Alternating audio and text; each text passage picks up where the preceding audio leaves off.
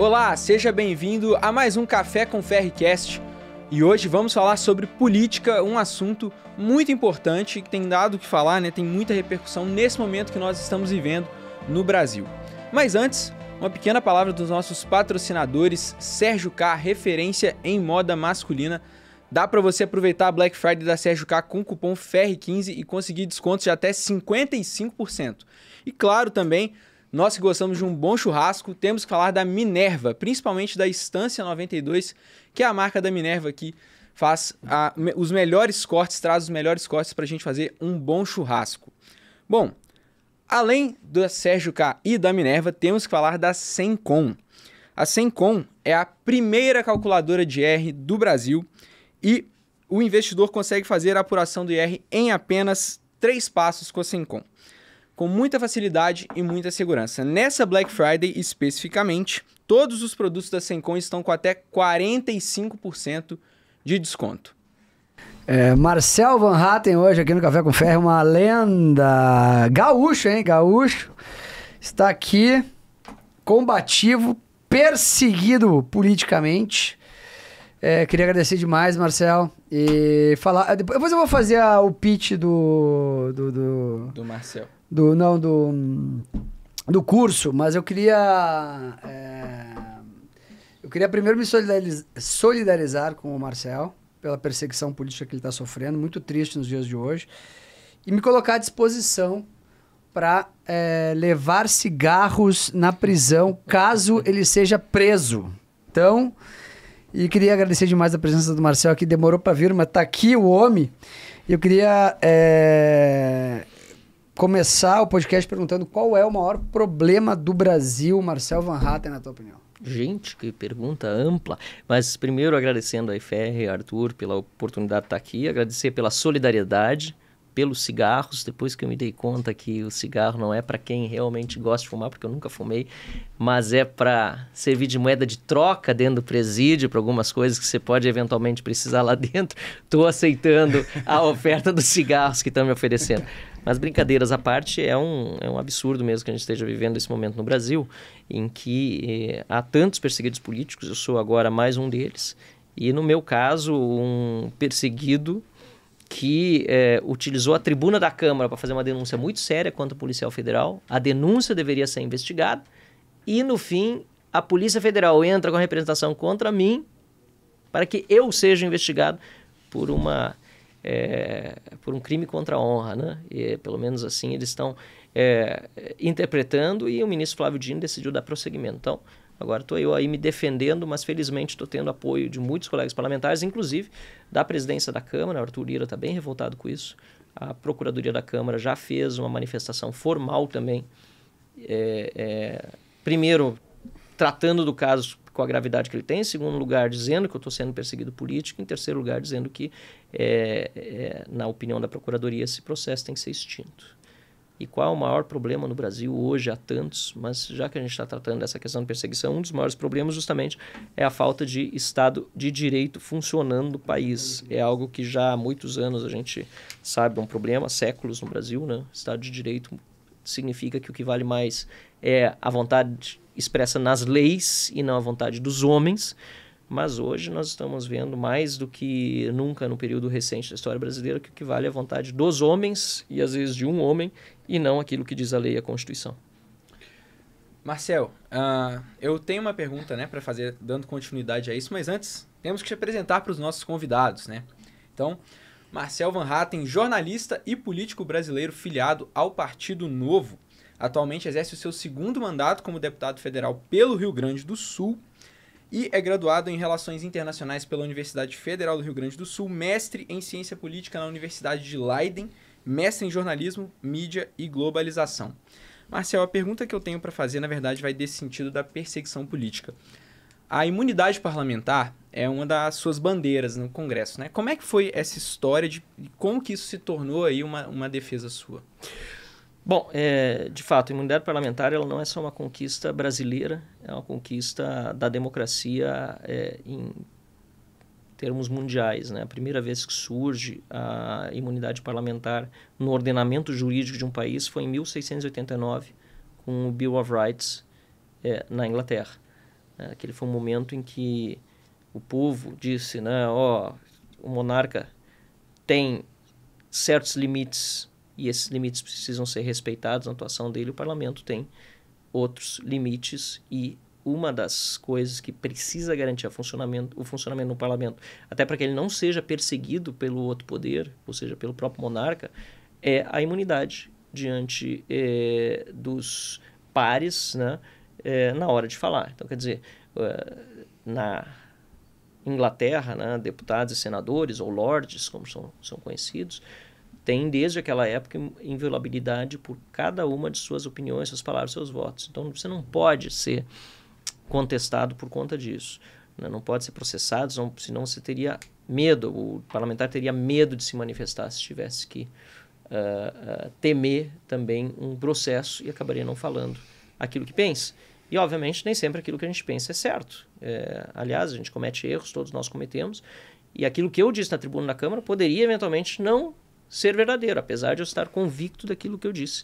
E ainda assim eu tenho esse direito garantido na Constituição Brasileira de 88 pelo artigo 53, mas no Brasil também inaugurado na Constituição de 1824, quando Dom Pedro I era imperador, né? O Brasil tinha 2 anos só de existência como nação independente.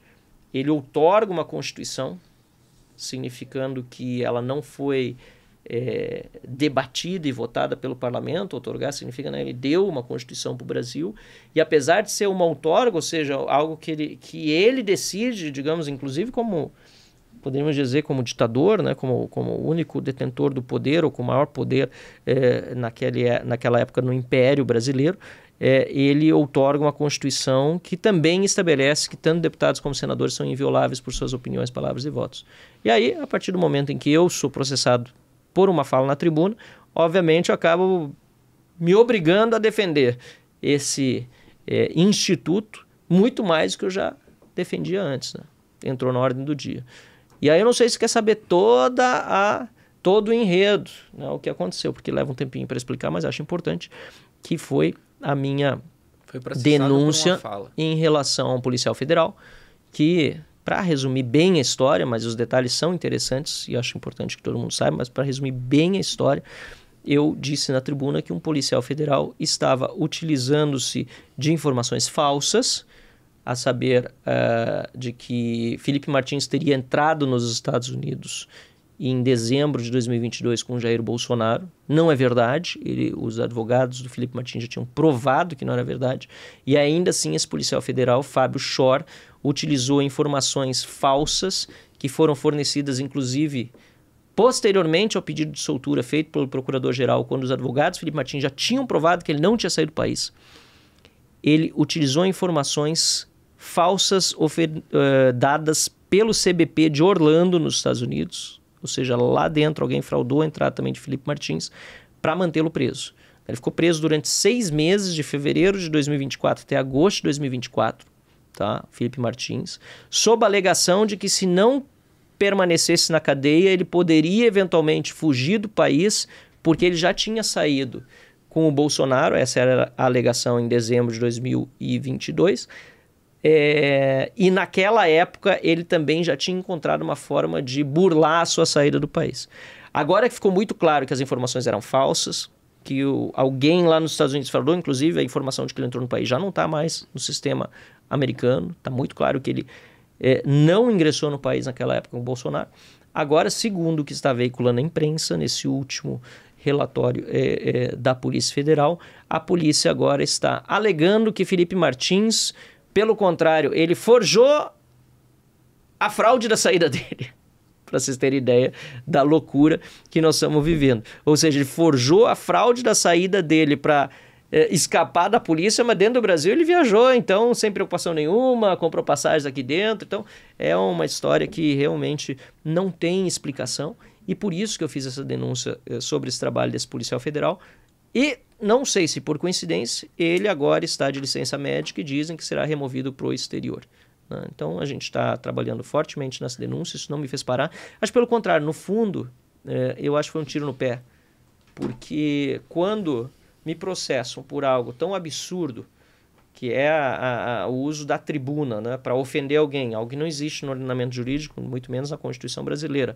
E eu explico para os meus colegas parlamentares de outros países, como eu fiz nos Estados Unidos agora, fiz na Inglaterra, e digo que eu estou sendo perseguido por causa de uma fala na tribuna, imediatamente já tem solidariedade, porque ele sabe assim, pô, como assim? Está sendo investigado pela Polícia Federal por uma fala na tribuna? E com abertura de inquérito pelo ministro do Supremo Tribunal Federal. E aí me perguntam por quê. E quando eu trago os fatos, fica ainda mais claro os abusos de autoridade que estão acontecendo hoje no Brasil. Tu acha que isso tem limite ou não? Tem que ter. Por isso que eu estou trabalhando para pôr limite nisso aí. Agora, o que a gente está vendo mais recentemente, nesses novos relatórios apresentados pela Polícia Federal, é que a capacidade de fantasiar é enorme, né? E de criar narrativas em cima de alguns fatos, é verdade, né? Eles pinçam alguns fatos, mas conectam eles sem compromisso com a verdade, sem compromisso com relação de causa e efeito, tudo para satisfazer uma narrativa de que houve uma tentativa de golpe, de que havia pessoas tramando contra o Estado Democrático de Direito no Brasil, como eles chamam, eu já chamo de Estado de Direito. E ainda assim, tem muitas coisas que estão sendo tratadas como criminosas, quando na verdade não tem, pelo ordenamento jurídico brasileiro, a consequência que os ministros do Supremo, ou mesmo a Polícia Federal tem pedido, né, para os ministros do Supremo tomarem como medidas cautelares, não tem essas consequências. Então, por exemplo, a questão da denúncia que fizeram agora contra generais que teriam tramado a morte, que teriam... né, não tem punição para isso no ordenamento jurídico brasileiro. E mesmo assim foram presos cautelarmente e ainda passando por cima de todo o regramento sobre prisão de militares. Então, quer dizer, é algo que parece demonstrar que não tem limites, né, Ferri? Essa flexibilização legal, mas o fundo vai encontrar limite em algum momento e o que eu estou vendo agora, pelo menos me parece que tem influenciado muito nas últimas decisões atabalhoadas que estão tomando, a eleição do Trump nos Estados Unidos, acho que está deixando o pessoal muito nervoso, de um lado, e as movimentações internas na Câmara e no Senado para novas eleições para as presidências das duas casas. Tem um tempinho ainda para o Trump assumir, né? Por isso mesmo, estão meio desesperados, entendeu? Me parece que é isso. Inclusive, escrevi o meu artigo para a Gazeta falando nisso, né? Que, assim, esse cenário externo de uma eleição do Trump já chegando aí. Bolsonaro, amigo do Trump, inclusive, a ser convidado para participar da posse, né? E toda essa questão num crime internacional ter acontecido no caso da prisão do Felipe Martins. Sem dúvida nenhuma, traz a apreensão para aqueles que hoje já estão ameaçados de não poderem voltar a viajar para os Estados Unidos no curto prazo, porque tem propostas de projetos de lei lá para caçar os vistos de quem é contra a liberdade de expressão. O senador que pediu essa cassação dos vistos dos 11 ministros do STF é quem decide agora, né? E foi reeleito. Ele foi reeleito senador. Ele está, portanto, trabalhando lá no Congresso americano nesse sentido. Ele concorreu à liderança da maioria, eu não sei se é essa a tua pergunta. Ele foi colocado pelo Trump como o cara que decide quem vai ter o visto e quem não vai ter agora. Só que ele pediu, né, o cancelamento dos vistos, né? O Rubio, né? O Rubio, ele não foi um dos que pediu. Ele assinou junto, é verdade. Ele assinou junto, tem toda a razão. Ele e o Rick Scott assinaram junto, é verdade. Assinou. É verdade. E é o chefe de Estado agora, vai ser o... Ele mesmo. Chefe de Estado não, o secretário de Estado dos Estados Unidos. Ele mesmo que decide quem tem visto e quem não tem, ele assinou. Mais. E os deputados que foram eleitos na última eleição agora pelo Partido Republicano são maioria. Então, antes não tinha maioria para aprovar legislação que fosse conservadora ou que fosse... Tem alguma expectativa? Sentido. Tem alguma expectativa de... Enfim... Acho que tem que esperar a posse dos novos deputados, que é no início de janeiro. Não é na mesma data do Trump, uns dias antes. Eu não tenho agora certeza da data, se é dia 9, dia 10, algo por aí. Depois assume Trump. Mas, sem dúvida nenhuma, pelo menos a investigação interna vai acontecer lá no DHS para saber o que aconteceu com o visto do Felipe Martins, por exemplo. Marcel. Que impacta muito. E também essas propostas que foram protocoladas lá pelos deputados republicanos na legislatura para andar na que vem. Quando você vai ao exterior e fala com esses outros parlamentares sobre o Supremo, sobre o que está acontecendo no Brasil, como que eles recebem isso? Bom, vamos começar pela reação natural. Assim, é muito difícil você chamar a atenção de algum outro deputado, qualquer deputado, para um assunto que não é o seu dia a dia do seu mandato. Tá? Isso eu sinto por mim. A gente tem 1000 assuntos internos para cuidar Aqui, e daí vem alguém de outro país para pedir uma ajuda, ou pedir para prestar atenção em determinado tempo. Então, o mesmo acontece quando a gente chega lá nos Estados Unidos, vai conversar com parlamentares, pô, mas o que eu vou me importar com o Brasil? Não. O Alexandre de Moraes nos ajudou muito quando bloqueou o X, quando fez toda aquela confusão com o Elon Musk, porque o Brasil entrou na ordem do dia dos Estados Unidos com essa briga pública entre os dois. Então, foi mais um tiro no pé. Então, já abriu uma porta. Porque, Brasil, pois é, ouvi esses, né, ficaram sem o X, já é um assunto. Segundo assunto que move essa questão do Felipe Martins, por quê? Porque o controle de fronteiras dos Estados Unidos é algo muito sério.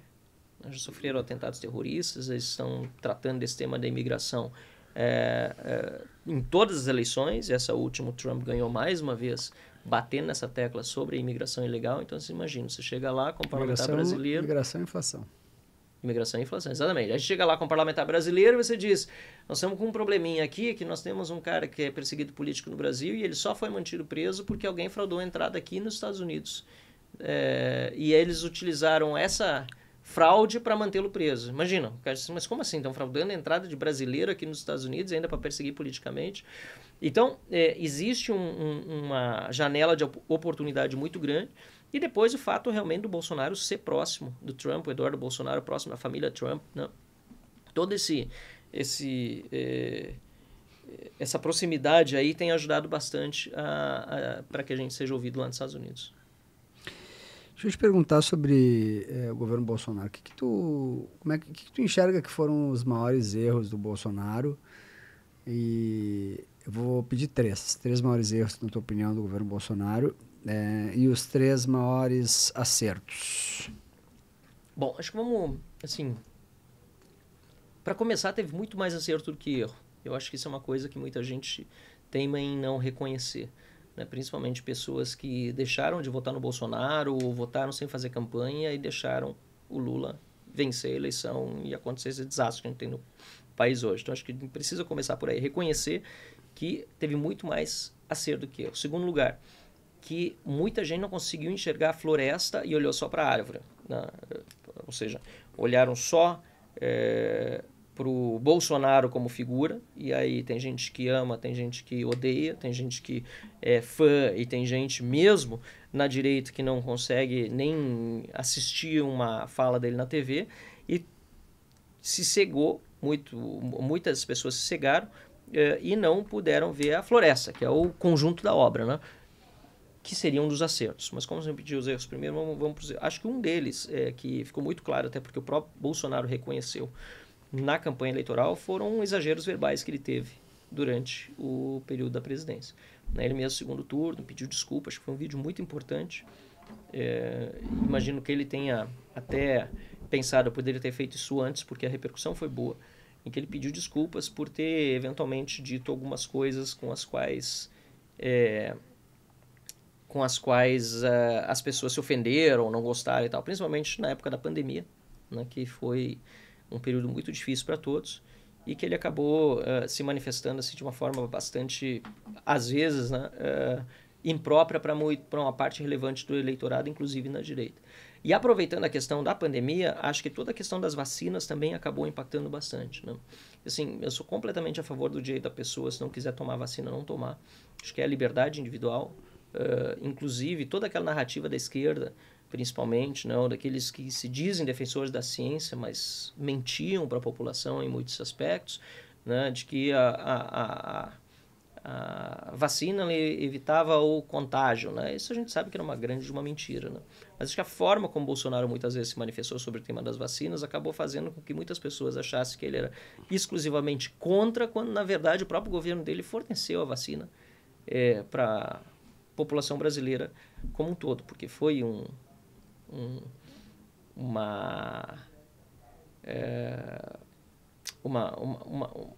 produto, digamos assim, né, do governo federal. E depois as próprias reações, né, em relação a medidas do Supremo Tribunal Federal. Eu sei que tinha muita dificuldade dele em fazer esse embate direto com o Supremo Tribunal Federal, mas alguns recuos, por exemplo, aquele do 7 de setembro, né, acabaram prejudicando muito, inclusive na própria base dele, né? Mas aí, a gente pode falar de 3, de 10, de 500, de 1000 erros. Posso falar sobre os meus erros também, tenho muitos. E a gente não vai chegar a uma lista definitiva, porque governar é isso. Você tem que ter a coragem de enfrentar uma determinada situação, às vezes você vai acertar, às vezes você vai errar. Eu acho que uma das virtudes do Bolsonaro, apesar de, às vezes, de uma forma intempestiva, de uma forma um pouco mais considerada por muitos assim, bruta, ele teve decisões que ele tomava no calor do momento e que foram muito corretas. Então, a gente vê os próprios ministros dele, que apesar de terem trabalhado sob todo esse pau que a imprensa dava neles, né? Essa dificuldade que eles tinham de se mexer para cá e para lá, eles obtiveram no Bolsonaro uma confiança de porteira fechada em quase todos os ministérios. Qual outro governo da história recente que teve isso? A gente perguntava para o Paulo Guedes, perguntava para o Tarcísio, quem o Bolsonaro pediu para indicar aqui? Quer dizer, eu não perguntava, eles diziam, o Bolsonaro nunca pediu para indicar ninguém aqui dentro. Então, quer dizer, o cara dava confiança para a turma fazer, e isso é uma virtude enorme. É muito difícil. Eu digo que eu tenho dificuldade, eu tenho um gabinete pequenininho, outras pessoas que lidam no dia a dia com empresas de pequenas, médias, grandes, muitas vezes têm dificuldade de crescer ou de evoluir porque não consegue confiar em quem está em volta.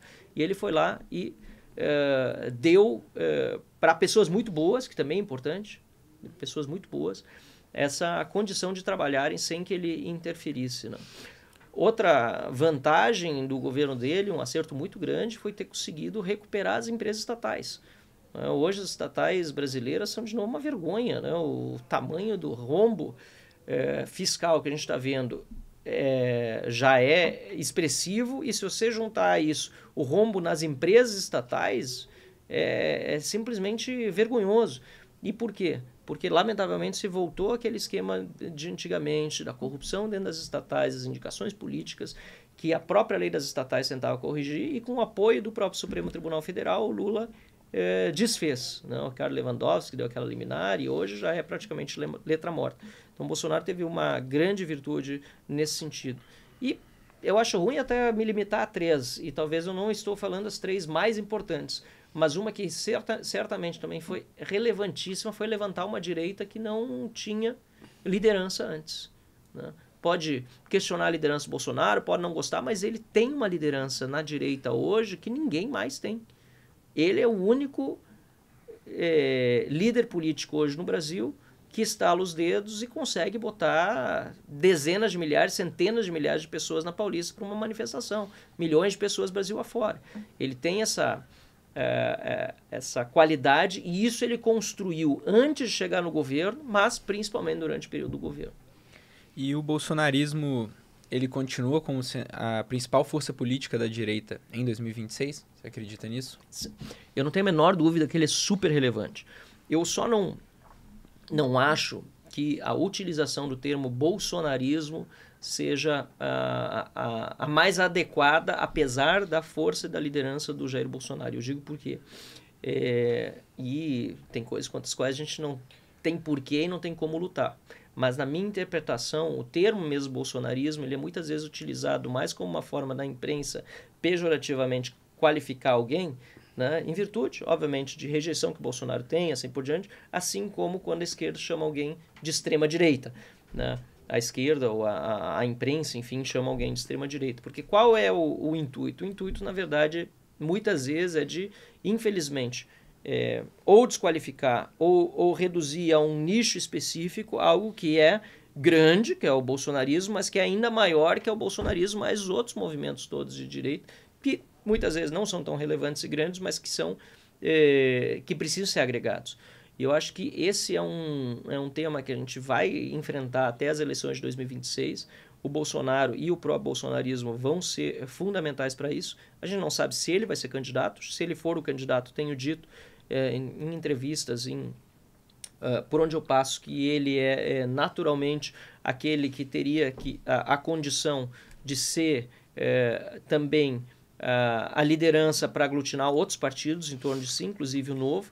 E para isso, justamente, é importante que nós tenhamos uma percepção clara de que a direita é o bolsonarismo e é além do bolsonarismo. Tem coisas que precisam se somar até para poder vencer a eleição, que é uma das coisas também que na eleição passada, diferentemente da de 2018, acabou significando perdas de eleitorado para o Bolsonaro, né? E isso é lamentável, por mais que no segundo turno tenha brigado pela candidatura dele contra a do Lula, feito uma campanha assim excruciante durante aquelas semanas do segundo turno, eu lamentavelmente sentia que muita gente que estava no campo da direita ou do centro, que tinha apoiado em 2018, infelizmente naquela eleição decidiu ou não ir votar em nulo, branco, pior ainda, aí até incompreensível, votar no Lula não tem explicação, mas lamentavelmente a gente acabou vendo isso acontecer. Então tem que ter um esforço maior de agregar todos para as eleições de 2026. Quem tu acha que é o favorito a disputar as eleições de 26? Se o Bolsonaro não for candidato. Se o Bolsonaro não for candidato. O favorito é ele. Não, se ele está trabalhando, inclusive, como candidato, né? Está fazendo campanha e tal. A gente não sabe o que vai acontecer nos próximos capítulos dessa perseguição político-jurídica que ele está sofrendo do STF, mas ele está trabalhando como se candidato fosse, né? O pré-candidato para ser confirmado. Não sendo o Bolsonaro, obviamente, tem uma série de opções. Eu, como membro do Novo, obviamente, também tenho falado no nome do Zema, que é o nosso líder hoje no país, foi candidato à eleição em 2018 do governo de Minas, uma campanha completamente inesperada. Ele conseguiu vencer tanto o PSDB como o PT e se elegeu governador de Minas Gerais para depois se reeleger nessa última eleição com quase 60% dos votos. E ele está preparado para ser candidato a presidente, porque ele deixa de ser governador e pode ser candidato a presidente.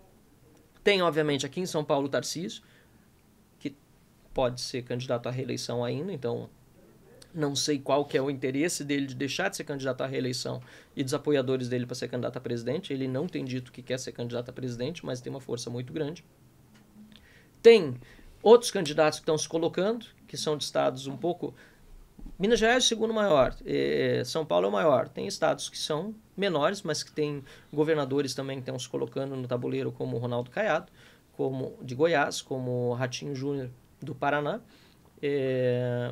E não sei se eu estou esquecendo de algum nome que eu gostaria de lembrar. O Zema deu uma declaração dizendo que ele toparia ser vice do Tarcísio, viu isso? Eu vi, ele tem dito que ele toparia, na verdade, ajudar quem estiver na chapa da direita e que ele prefere que seja uma chapa única, que ele está para ser candidato se for a presidente, se for a vice ou se for para ajudar. E a postura dele é uma postura bem, assim, humilde e colaborativa. Então, eu tenho... Muito me surpreendeu essa declaração. Foi muito, realmente, uma aula de humildade, né? O que a gente não vê muito na política, né? Mas, cara, ele... Aliás, é um cara para trazer aqui no podcast também, não sei se você já veio aqui pro não podcast. Veio, não.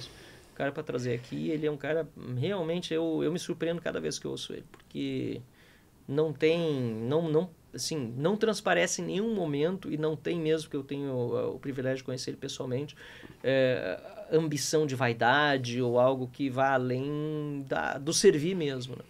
Ele saiu da empresa dele, ele conta a história com...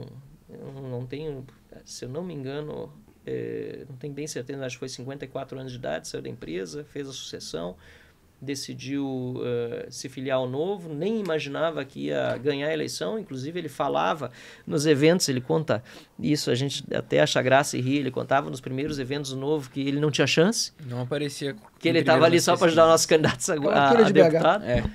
Sou lá de BH. E ele também não aparecia em líder nas pesquisas, né? Não, tinha 6, 7%, tipo uma semana antes da eleição. Então ele falava isso, e ele disse também uma história muito curiosa, que ele conta que quando ele decidiu ir para a política, ou ele aceitou finalmente o convite, que era do Novo, isso depois ele ter, infelizmente, na empresa dele ter demitido muita gente por causa da crise da Dilma e a recessão toda no Brasil. Ele disse que quando finalmente aceitou o convite para ir para o Novo para concorrer, ele decidiu primeiro ainda visitar a terapeuta dele, né? E para ver se ela dava um atestado de sanidade mental. E que ela disse, não, tá tudo certo com você, fica tranquilo. Marcelo, deixa eu te perguntar sobre uma coisa que me chama bastante atenção na política, porque usualmente eu conheço dois tipos de político, né? Ou é louco, né? Porque tem que ser louco para estar nesse business, ou tu é ladrão.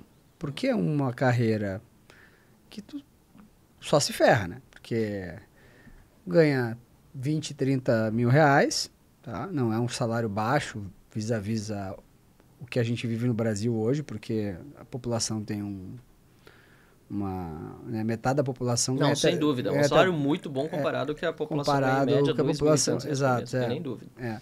Mas é um salário para alguém extremamente qualificado, baixo em comparação ao mercado de trabalho de gente com uma qualificação como a tua, né?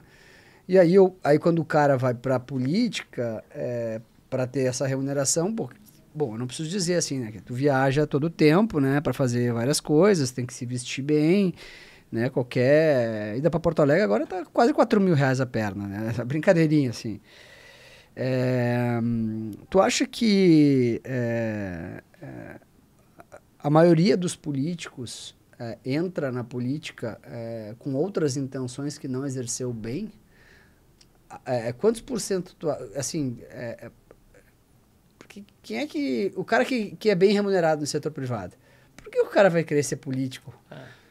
Não existe um motivo. E tu não acha também que os políticos eles são muito mal remunerados, por isso que muita gente acaba vou te dar um exemplo aqui clássico, o Roberto Campos Neto, ele ganha 13 mil reais líquido, 12.800 ou 13.800. Tem o menor cabimento. O cara, do Banco Central. Uma declaração do cara movimenta 2 bilhões no dia. 2 bilhões. Uma declaração dele, um movimento dele, qualquer coisa. E o cara ganha vencimentos de 12 mil reais. Tu não acha que isso é um dos problemas? A remuneração dos políticos e dos diretores de estatais. Não acha que isso é um atrativo a roubar? Porque quando o cara é muito mal remunerado, o cara tem um poder babilônico e ganha 10 mil reais. Não faz sentido nenhum isso. É uma discussão bem difícil. Assim. Primeiro porque há diferença entre você ser deputado eleito pelo povo, senador, e você ser presidente estatal. Assim, para começar, presidente estatal não devia existir. Né? Então, acho que o cara tinha que estar lá para fechar a estatal e realmente tem que ganhar bem para isso, porque é uma empresa, apesar de ser pública, e que está operando dentro do mercado privado. Só que é uma empresa, e aí entra no conceito estatal, que na verdade está parasitando o sistema. Né? Ela está ali, na verdade, prejudicando a concorrência, porque ela tem o benefício de não quebrar. Né? A empresa que está no mercado, uma empresa privada que está no mesmo mercado de uma estatal, ela quebra, se não for bem administrada. A estatal não quebra. Né? Sempre dá um jeito de botar dinheiro na estatal. Então, quer dizer, já a partir desse pressuposto, a gente entende por que não deveriam haver estatais. Né? Agora, quanto à questão dos políticos, deixa eu só voltar uma casa na nossa conversa, que foi a primeira coisa que me perguntou, qual o percentual de político que, o teu resumo é louco e não ladrão. Eu acho que eu ainda vou pegar os 513 deputados e vou tentar, porque a gente não consegue saber tudo o que acontece no bastidor do mandato de cada parlamentar, e tentar botar um vizinho naqueles que eu acho que eles são loucos e daqueles que eu acho que são ladrões, porque essa pergunta é feita muitas vezes. Mas eu entendo que realmente para você entrar na política, você precisa saber que você não está lá para ganhar dinheiro. Você está lá por uma vocação. E nem para amealhar poder pelo poder, que é outro problema grande na política. Porque um deles é o do dinheiro, né? Que o cara vai lá, ele, como tu disse, é um salário bom, sim, em comparação com a maior parte da população brasileira Em comparação, sim. E se você for pegar a qualidade dos deputados que a gente tem, federais, aliás, um deputado estadual na Assembleia Legislativa aqui ganha mais nas verbas de gabinete, etc., tem mais à disposição de dinheiro público do que um deputado federal. Não sei se muita gente sabe, mas tem muito deputado estadual que tem mais recursos para manter o seu mandato funcionando do que um deputado federal. Se você for ver a média dos deputados, do currículo deles, você vai dizer, até te agradeço a menção que fez a mim, mas você vai ver que muitos ali na iniciativa privada não receberiam o salário que recebe hoje como deputado. Então, tem esse quesito. Agora, tem também a busca do poder pelo poder. O cara que chegou lá, isso eu acho que é um dos problemas que a gente vai ter que ainda enfrentar na direita brasileira e na forma como a gente faz política. Vale para a direita, vale para a esquerda, mas obviamente que eu estou preocupado com a direita porque é o meu campo político. Que é o cara que se elege sem precisar de uma emenda parlamentar, que não tinha um assessor, que fazia vídeo de YouTube, que estava fazendo, né, a base dele ali com voluntários. Aí ele chega na Câmara dos Deputados, começa a ver tudo que tem à disposição. Não estou falando de corrupção. Assessores, verba de gabinete, emendas, quase 40 milhões de emendas para destinar. E ele se perde com isso, porque ele acha que é isso que vai dar a reeleição dele. Eu tenho emendas parlamentares, e para mim as emendas parlamentares são mais problema do que solução. Mando para o estado do Rio Grande do Sul, mandei, aliás, agora para todos os municípios, 95 calamidade. E mando porque se eu não mandar, volta para o caixa, outro deputado vai mandar. Agora, isso me dá um trabalho, porque eu quero que seja bem aplicado, eu quero que seja um bom projeto, eu quero que não tenha desvio no meio do caminho. Tá roubando, né? E que me tira do foco principal que meu eleitor me mandou para Brasília, que é o debate político ideológico. Eu estou lá para combater corrupção, combater a esquerda e tudo que vocês já conhecem pela minha história, pela minha trajetória. Então, as emendas parlamentares, elas para mim não são um fim para eu me reeleger. E eu tinha isso sempre muito claro. Aliás, repito, às vezes elas mais atrapalham pelo tempo que eu tenho que investir nisso para fazer direitinho do que me ajudam.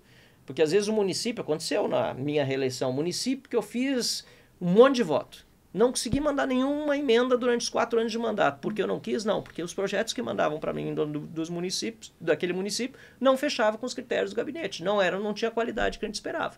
O que aconteceu na eleição? Muitos daquele município que achavam que, votamos no Marcel para deputado federal, começaram a me criticar no município porque eu não tinha mandado a tal de emenda. Então, às vezes, até prejudica. O meu ponto é qual? O cara que chega com a pauta ideológica, com a pauta... Ele tem que fazer o bom trato das emendas? Tem. Mas ele chegar lá e se perder e achar que é isso que vai dar a reeleição, ou botar assessor no estado todo para correr o estado e esquecer o que fez ele entrar na política e o que levou ele a ser eleito a primeira vez, é o que fez com que muitos deputados acabassem não se reelegendo na eleição passada. Agora eu respondi tua pergunta, cara. Eu tô feliz que você me chamou de louco. Tu é muito louco. Tô feliz que tu me chamou de louco, cara. Tem muito louco, cara. Tem que ser louco. Mas o cara 10 não ganha... anos, 11 anos... Eu vou te dar um exemplo do Tarcísio. Estive lá almoçando com o Tarcísio. O Tarcísio é um cara que hoje na iniciativa privada ganharia 5 milhões por mês. Não tô brincando. Por mês. Uhum. E não é bônus. É salário. O Tarcísio sai de lá com proposta de 5 milhões firme por mês para ser presidente de uma empresa grande aí e tal. Uhum. E entrega. A renúncia do cara é de 5 milhões por mês para estar lá. Mas aí tem outras coisas, né, Fer? Assim, o que fez ele chegar a esse ponto de poder receber uma oferta dessa? Tá? Você pode dizer, não, se ele tivesse, eu confio que o cara é tão bom, passou no IME, o cara é inteligentíssimo mesmo. Vou pegar o exemplo dele, o Tarcísio. O cara, se tivesse feito na iniciativa privada a carreira dele, poderia chegar nos 5 milhões também, tá? Mas pode ser que não chegasse pela iniciativa privada no nível de reconhecimento que ele tem hoje, não teria acesso a uma oferta dessas, e agora teria, ou virá a ter se deixar de ser governador, no final do mandato dele, se não concorrer à eleição, 1000 outros fatores. Por quê? Porque ele criou uma reputação durante esse período. Eu falei para ele largar. Teve no governo. Mas ele criou essa reputação é valiosa. Os contatos que ele fez, então quer dizer, tem vantagens intangíveis. Eu não estou dizendo que a pessoa está na política por isso, mas tem vantagem. Se você criar uma reputação de credibilidade, que é o que ele fez, que é o que eu espero que eu esteja conseguindo fazer nesse período. Eu acho que sim, eu acho que tu tem. Você pode sair eventualmente, pois é, além de ser louco, eventualmente sair e ter uma oferta boa de emprego. Agora é isso que me move, para mim não me move dinheiro. Mas não acho que é. Mas o cara tem 2, 3 filhos pequenos, né? Tem que andar com segurança. O cara tem que fazer essa renúncia financeira. Não, baita perrengue, não tem dúvida. O cara não pode sentar no restaurante que quiser. Entendeu? Assim, o cara fazer uma renúncia. Uma coisa é tu fazer uma renúncia de 50 mil. Outra coisa é tu fazer uma renúncia de 5 milhões. São coisas diferentes. Né? São decisões diferentes. Pra mim, fazer a renúncia de 50 mil já é grande coisa, mas enfim. Exato. Então, assim. Isso. Esse é um ponto que pra mim pega muito, né? Porque o cara tá lá, né? Eu falei pra ele, fosse tu, ia pra iniciativa privada. Porque, porra, querendo ou não, é um cara que... eu acho que até pra tu ter amor pelo Brasil, tu também tem amor pela tua família, né? Claro. A tua família tem que ficar andando de carro blindado, porque tu vai se meter com o PCC. O cara fez uma apreensão de bilhões do PCC, daqui a pouco toma um tiro. Mataram um no aeroporto, né, esses dias, né? Então, quer fazer uma... Mas nem tudo na vida é dinheiro, aliás, ajuda, mas não é... Não, sem dúvida, sem com dúvida. certeza não é a ambição dele, a gente precisa, assim... O que eu gosto também nessa questão da atividade política, do voluntarismo das pessoas? Cara, que tem de gente boa que vê nesses exemplos, assim, de dedicação, né? de coragem, de estar na política por uma causa, que tem de gente que procura com qualidade, né? Gente com qualidade para ajudar, isso também acaba fazendo a diferença. Porque você perguntou, um empresário que ganha muito, que tem uma vida estável, que tem família, etc., que já está na iniciativa privada, não vai largar o salário que tem para ir para a política. É verdade. Não vai. Mas ele não precisa largar para ir para... Alguns até largam, mas são poucos. É o pontinha do iceberg.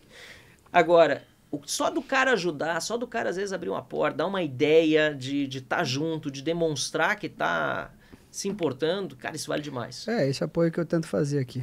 Não, faz muito bem, cara. Aliás, te agradeço, e é por isso que eu digo, te agradeço e agradeço todos aqueles que estão juntos, porque assim, por outro lado, o que realmente nos causa até incompreensão, um empresário que vai lá e ajuda o pessoal na esquerda. Não é?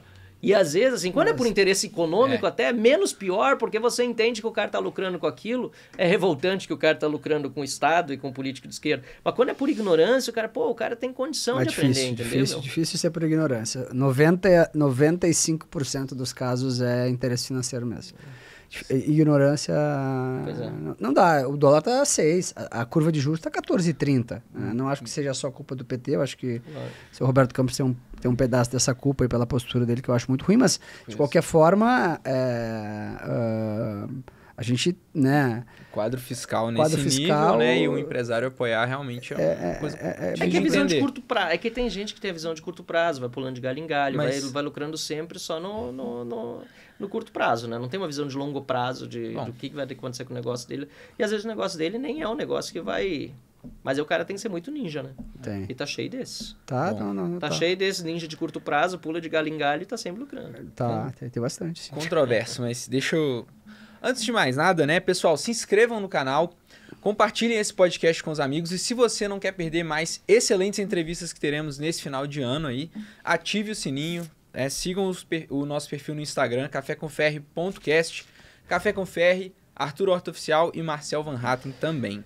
Cara, desculpa, me deu um insight legal aqui, apesar de ser negativo no sentido do diagnóstico do Brasil, mas eu me ressinto muito de não sermos um país de longo prazo. Desculpa interromper, mas me ressinto muito de não ser um país de visão de longo prazo, certo? Acho que um dos grandes defeitos do Brasil é essa visão curto-prazista. Ninguém tem poupança, né? Ninguém cuida direito do que vai ser da sua vida daqui a 5, 10 anos. Mas, cara, o cara realmente, em contrapartida, é um corolário para essa falta de visão de longo prazo. O cara que é especialista em curto prazo lucra demais no Brasil, cara. Muito. Então, desculpa, talvez uma coisa muito idiota, que vocês já sabem disso há muito tempo, mas isso aí, o cara que é especialista em curto prazo é normalmente o cara que mais tem condição de amelhar riqueza no Brasil. Muitos dos nossos políticos, né, traçam planos de 4 anos, e aí não vai querer mudar a sociedade a longo prazo. As reformas... e aí o cara chega a 4 anos, cara... E aí não faz a reforma que precisa. Isso é uma coisa que o Olavo de Carvalho falava muito, cara. O Olavo de Carvalho dizia o seguinte... Um velho muito inteligente, cara. E ele dizia o seguinte, cara, no Brasil a taxa de reeleição é tipo 50 e poucos % só. Pra vocês terem ideia, nos Estados Unidos é 92, 94% da Câmara. Então, 92, 94% da Câmara dos Deputados. Até dá pra pesquisar o que foi nessa última, deve ser por aí. Dos deputados se reelege.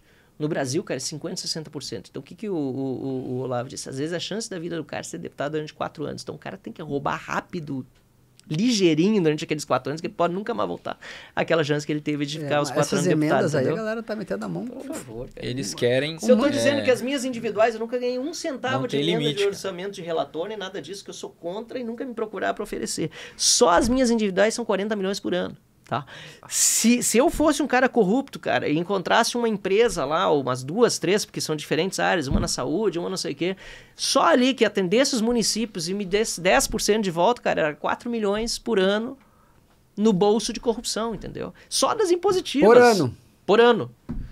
Aí que a pessoa tá 350, 400 mil por mês, entendeu? E só se eu... Isso se fizesse o percentual digamos assim, que dizem que é o corriqueiro de 10%, 15%, mas aí tem os mais gulosos, que é 30%. Cara, isso é um absurdo. Aí tem o cara que não ganha 40 milhões, ele tem, além das impositivas, que todos nós temos como direito, ganha mais 100, 150 milhões, 200 milhões, do Lira, do Pacheco. Cara, tem um cara que tem... o apelido lá é Quinzinho, né? porque tudo é 15%. Pois é, eu não sei quem é o cara, até não gostaria de saber, mas, cara, é uma loucura isso aí. Bom, deixa eu fazer a pergunta. Quinzinho é foda, né? Quinzinho. Eu queria voltar no assunto de 2026. A gente citou aqui alguns nomes para a direita: Zema, Caiado, Tarcísio, e eu ia Júnior. dizer, tem sempre os familiares do próprio Bolsonaro, né? O Eduardo Bolsonaro, enfim. Michele também. Daí eu tenho Bolsonaro. Michele não vai. Duas vacinado, perguntinhas. muito provavelmente. Michele não. O presidente não quer. Vai. Duas perguntinhas aí. Até onde eu sei, ele inclusive me disse que, aliás, é público, né? Que é a ideia é ela ser candidata ao Senado pelo Distrito Federal. Sim. Ele disse publicamente isso faz uns dias atrás. Não, a presidência. Senado, sim. Desses nomes, com quem você acha que o Lula gostaria de disputar as eleições e Lula tem chance de ser reeleito em 2026? Eu acho que o Lula já está dando sinais de que ele gostaria que o Bolsonaro fosse o candidato contra ele. Eu acho que o STF não vai querer isso de jeito nenhum. Por que eu acho isso? Porque ele tem dito, agora disse menos, não lembro dele ter dito recentemente, mas faz algumas semanas, talvez questão de 2 meses, procurar também no Google aí vai achar fácil, ele falou que ele seria candidato novamente, se fosse necessário, para vencer o fascismo, o discurso extrema-direita, etc. E tal. O que isso demonstra? É que foi o que aconteceu já na eleição passada, é uma batalha de rejeições, né? Então, o que o Lula quer? O Lula quer concorrer contra o candidato mais rejeitado, que as pesquisas demonstram o nível de rejeição do Bolsonaro ainda é bastante alto. Caiu, acho que ele, inclusive, essa perseguição toda que acontece contra ele, acaba ajudando também, né? Mas ele é um candidato totalmente rejeitado, até porque é muito conhecido. Quanto mais conhecido, também mais rejeitado o candidato. Tem uma série de fatores a vir na pesquisa eleitoral. Então, na minha opinião, é o que ele quer. Mas eu acho que é algo que o Supremo Tribunal Federal, os ministros lá não vão querer deixar, porque vão dizer, Lula, tá nos ajudando, te ajudamos ali, né, para chegar aqui, mas também não nos peça o que nós não podemos entregar.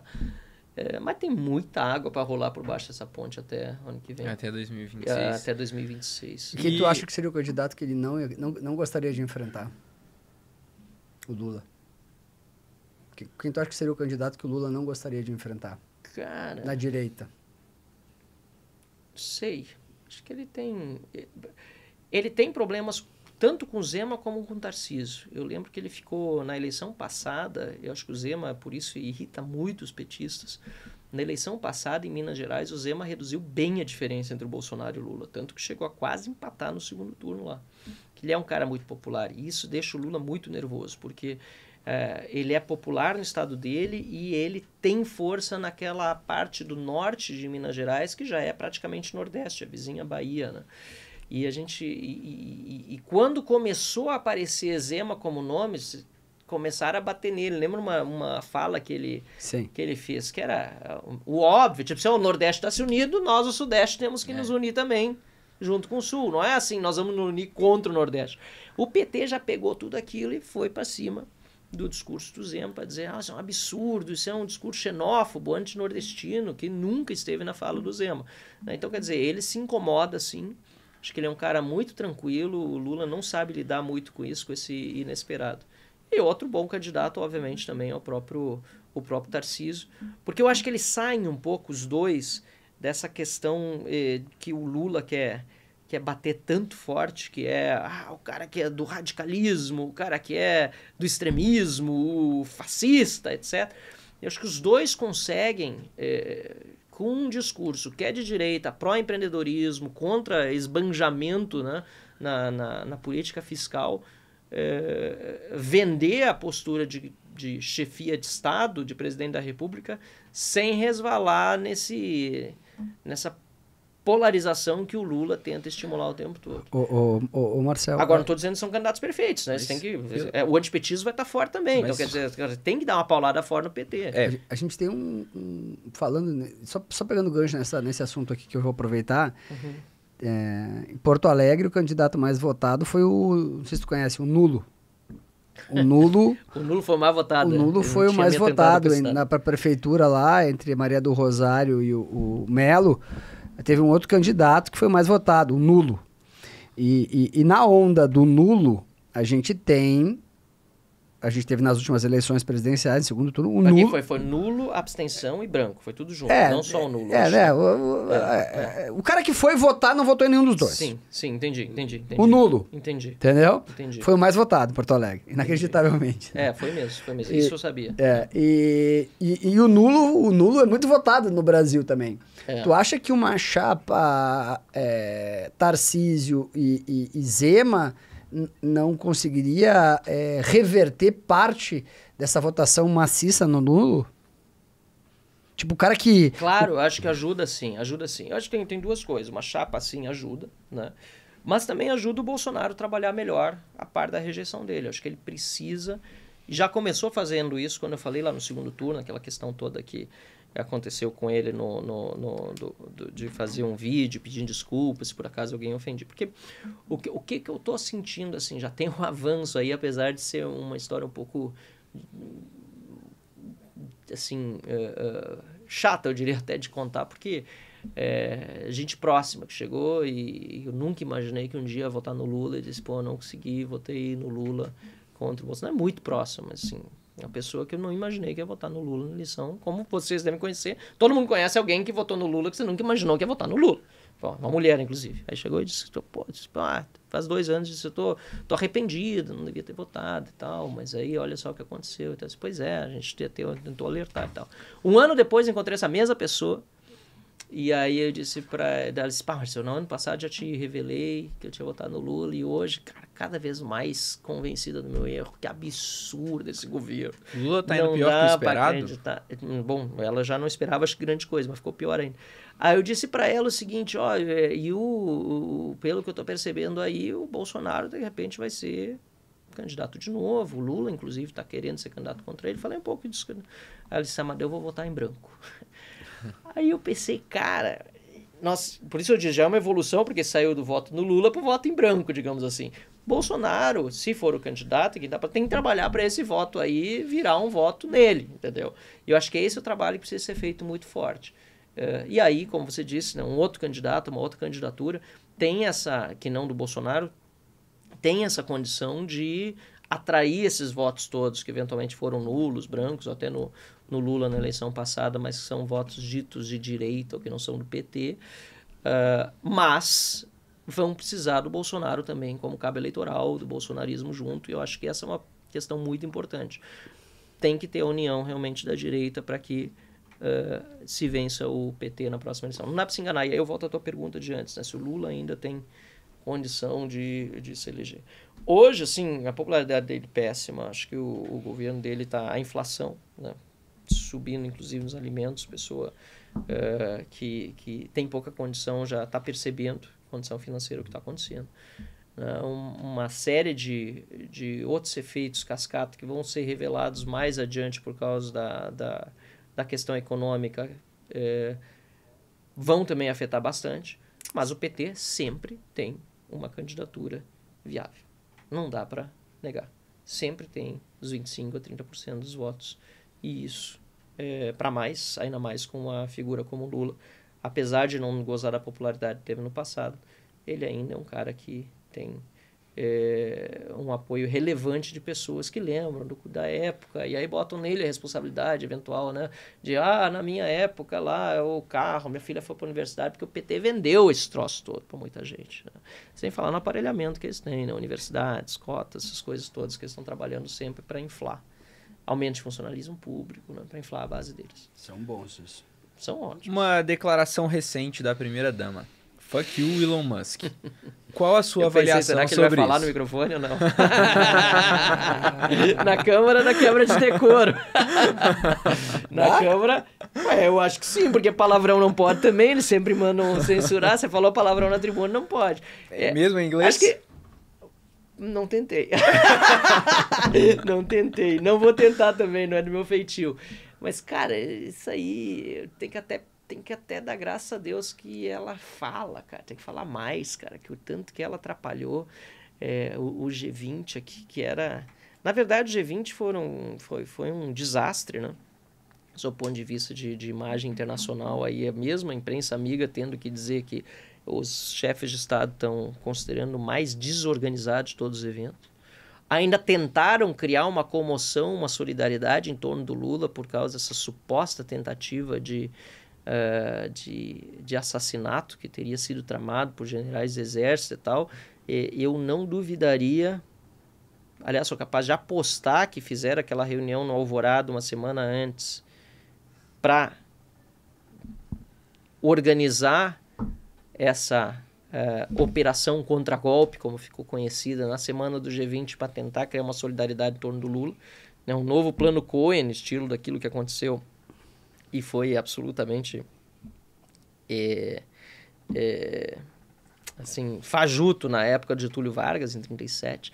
Então, eu não duvidaria, repito, seria capaz de apostar que tentaram fazer isso para gerar uma comoção e não teve esse efeito. Até a própria imprensa internacional deu pouco. Né? Qual é a pergunta sobre a frase da Janja? Não, a avaliação de impacto sobre isso. Eu pedi, bom, alguma coisa? 3 coisas foram feitas até agora, até onde eu estou sabendo, que foi eu fiz uma convocação do Mauro Vieira, que está protocolado lá na Comissão de Relações Exteriores, né, que é o ministro das Relações Exteriores, exatamente, para ele vir dar explicações sobre isso. Ele tinha acabado de vir na Câmara uma semana antes, e aí eu fiz de novo. A gente tem papel de oposição, tem que chegar e chamar o capô, qual que é a repercussão diplomática disso. Outra coisa que foi feita, General Girão, que é meu colega deputado federal também lá do Rio Grande do Norte, propôs uma moção de repúdio à Janja. Acho que é importante também a Comissão de Relações Exteriores votar isso e repudiar, porque pelo menos uma parte da Câmara dos Deputados que representa justamente aqueles que lidam com questões internacionais vai dizer, até onde eu acho que vai acontecer, que ela merece a moção de repúdio. E o deputado Zuco, lá do Rio Grande do Sul, propôs na Comissão de Ética da Presidência da República alguma representação, não sei exatamente o que foi, mas eu acho que é isso aí, a gente tem que estar em cima e... Assim, eu falei que ela tem que falar mais, porque obviamente que estando na oposição, para mim, nesse sentido, quanto mais ela demonstrar quão pouco capacitada ela está para representar o Brasil em qualquer foro, e o Lula também, melhor. Agora, como brasileiro, é uma vergonha, né? A gente vê esse tipo de manifestação. E ainda mais contra o Elon Musk, aí entramos no foco da questão, né? Que está prestes a assumir um cargo da maior relevância no governo americano. Eficiência governamental. Pois é. Ele postou um vídeo muito bom no Milton Friedman, que eu vou postar nas minhas redes também, que o Milton Friedman está... com um jornalista, mais ou menos como a gente está aqui no podcast, o Milton Friedman está sendo questionado por um jornalista em 4 minutos. Quais secretarias ou ministérios ele ia terminar no governo americano. Tinham 14 na época. E aí ele vai dizendo... Que nem o Milei, lembra? Alto, como é que é? Fuera. E ele faz o mesmo com aquele jornalista e termina com 4 secretarias e meia. Né? Não lembro mais qual que era a meia secretaria, ou 4 ministérios e meio. Muito interessante o vídeo. Então, quer dizer, o cara já está trabalhando, está imbuído dessa vontade de trabalhar para o governo americano, já está com problema com o Brasil, e aí vai lá a Janja ainda e mete uma dessas. Me impressionou bastante os erros de português, assim, né? Nas declarações dela, assim, uma coisa bem bastante vexatória, assim. Ela não é doutora em ciência social, uma coisa assim? É por aí. Dá uma pesquisada que eu acho que não. Acho que ela tem esse diploma da Federal. Ela tem as ciências sociais. Ela soltou um irresponsável, soltou um problema, soltou umas coisas assim bem assustadoras, né? Tipo assim, nem vergonha ali eu fico, porque é tão grosseiro que... Por que tu acha que a esquerda é tão unida e a direita é tão desunida? Acho que é um pouco uma questão de perspectiva. Concordo que a gente tem vários episódios de desunião na direita, sim, né? E públicos, inclusive. Mas a gente não pode se enganar, a esquerda também tem muita desunião. Então, perspectiva por quê? Porque a gente tende a olhar mais para a direita. Porque a gente acompanha mais políticos de direita, a gente torce mais para os políticos de direita. Mas a esquerda quebra o pau, né? Vou só falar, falo 2 nomes aqui, Ciro Gomes e Lula. Aí eu sabe o tanto que os caras se bicam, inclusive em público, nesse caso, né? O PSOL e o PT dá também problema lá dentro. E bastante eu vejo isso na Câmara dos Deputados. Dentro do PT, então, aquilo lá é um saco de gatos, né? Sem querer ser pejorativo, mas é o que me surgiu agora, né? Tem muitas correntes diferentes. Mas a direita tem, de fato, em momentos recentes, por exemplo, assim, discussões nas redes sociais muito fortes, até porque a direita usa mais as redes sociais. Não é à toa que a direita está muito na frente da esquerda no quesito influência pelas redes. E aí tem muita gente que ainda não, talvez, se dá conta do tamanho do pepino que pode gerar para uma declaração no X, no Facebook, no Instagram.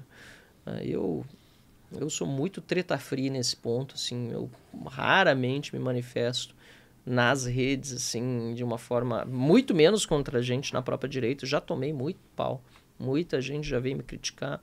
Não vou dizer que sempre com injustiça, muitas vezes realmente com ofensa e tal, mas às vezes a gente erra, toma alguma decisão que não foi bacana e paciência. Mas eu costumo aguentar no osso e partir para a próxima. Agora, se é de esquerda, até rolar processo pode rolar, porque tirar dinheiro de esquerdista é coisa boa. Quem tu acha que é o melhor político do Brasil hoje? Tu olha assim, puta, esse cara é diferente, esse cara é... Cara, o melhor político do Brasil hoje, eu vou tentar ficar dentro do... O Palumbo teve aqui e disse que era tu. Tá brincando? Falou? Pô, eu gosto muito dele, cara. Fico feliz. O cara é muito bom mesmo. Acho que assim, eu sou suspeito de novo, porque o Zema tá fazendo um ótimo trabalho e eu vou ficar dentro do meu partido lá no Senado. Eu vejo também o Girão se virando em 1000, apesar de estar sozinho no novo. Assim, melhor político é difícil a gente... largar, porque justamente isso, mesmo sendo treta free, digamos, pro negativo, também não quero ser positivo, largar e daqui a pouco alguém sofrer por crise de vaidade, que não foi mencionado. Então, para ficar dentro do novo, acho que esses dois aí merecem meu reconhecimento pelo trabalho que estão fazendo. Uhum. Tu acha que E obrigado ao Palumbo aí, que é um cara que eu admiro muito e está fazendo um ótimo trabalho. Tu acha que esse excesso de atos processuais que o Supremo move contra deputados e pessoas, não é um pouco uma estratégia de desgaste? Porque um processo ele é muito desgastante, né, cara? Desgastante para tua família, desgastante para os teus próximos, para os teus colaboradores, para os teus assessores, porque tu tem que te reunir com o advogado, tu perde um tempão, porque tu tem que protocolar, porque tu tem que acompanhar o processo. Então, uma chuva de processos, a gente vê que é fácil baixar a bola de alguém, tu entope a pessoa de processo, ela gasta tranquilamente milhões de advogado, porque se tu tiver... Se for no STF... É caríssimo essa brincadeira. Que eles estão fazendo lá. Tu não acha que essa estratégia é uma estratégia de desgaste jurídico, que eu chamaria assim, eu não sei o nome... 100% certo, cara. É porque 100% o próprio o deputado, agora até que ia vir aqui, agora me faltou um nome, que falou que recebeu uma ligação do Musk, o Elon Musk me ligou. O Gustavo Gayer. Tava aqui. Eles meteram... Ótimo deputado também. Eles fizeram meteram a PF na casa dele lá, né? Pô, teu filho já fica pro resto da vida com essa, né? A esposa com esse o cara com a metralhadora na tua sala, né? Sim, ele ainda disse que foi a primeira noite que o filho dele levou a namorada em casa, conheceu o pai e tal, e aí acontece uma palhaçada desse. E aí... Não sei se já conhecia ou não conhecia, mas tava lá. Sim, a namorada chegou lá, tomou uma metralhadora na cara. Isso é ridículo. E outra, tanto no Jordi como no Gayer, a Polícia Federal não tocou a campainha ou bateu na porta da frente. Entraram na casa e bateram na porta do quarto, cara. Entraram na casa? Nos dois casos. Invadiram? O Jordi conta invadiram a casa. O Jordi conta que entraram pela janela da casa, foram na porta do quarto dele, bateram na porta. Tava ele dormindo com a esposa e com a filhinha no meio, cara. A mesma coisa no Gustavo Gayer. Foram até a porta do quarto dele, cara. Eu acho que isso é um movimento de constrangimento. Claro, não tem nem dúvida. Mais desgaste jurídico, porque a pessoa fica assim, cara, isso aí é uma das coisas que jamais aconteceu na Lava Jato. Os caras reclamavam de tudo que acontecia, de algema, de não sei o quê, de condução coercitiva. O que estão fazendo hoje com os deputados, cara? Com os perseguidos que estão perseguindo? Eu acho que isso é mais uma estratégia de desgaste emocional, jurídico... Porque, cara, é tudo junto. Porque até uma certa hora, por mais resistente que que tu seja, pô, tu sente, né, cara? Tu toma, pô, uma metralhadora em cima no rosto da tua filha, pô, de pequena. Não, cara, é um absurdo. Eu concordo que, assim, tem várias coisas. Tem o desgaste. E aí ele te tira o foco. Você está cuidando de uma coisa. Eu mesmo, agora estou com um processo, eu precisei ir atrás de um advogado. Precisei ir atrás de parecer de um outro advogado. Exato. Precisei estudar o caso da imunidade parlamentar. Não pense que eu sabia todas essas questões de Bill of Rights. E quando foi primeiro, eu fui pesquisar, cara, e estou indo atrás. Tira o foco de outras coisas. Agora, você tem que saber usar esse fator também a teu favor, por pior que seja. Eu acho que essa é uma das diferenças, talvez, da forma como eu estou abordando e como vejo outras pessoas abordarem, até porque, cara, é um saco tu ter que achar também como você vai usar isso a teu favor. Então é complicado, né? Então o que eu estou fazendo? Eu uso, virou uma nova pauta para mim. Então, me tirou de outras pautas, mas os caras aí vão ver que isso aqui eu vou usar a meu favor agora também. Então, acho que essa é uma estratégia que tem que tentar ser usada.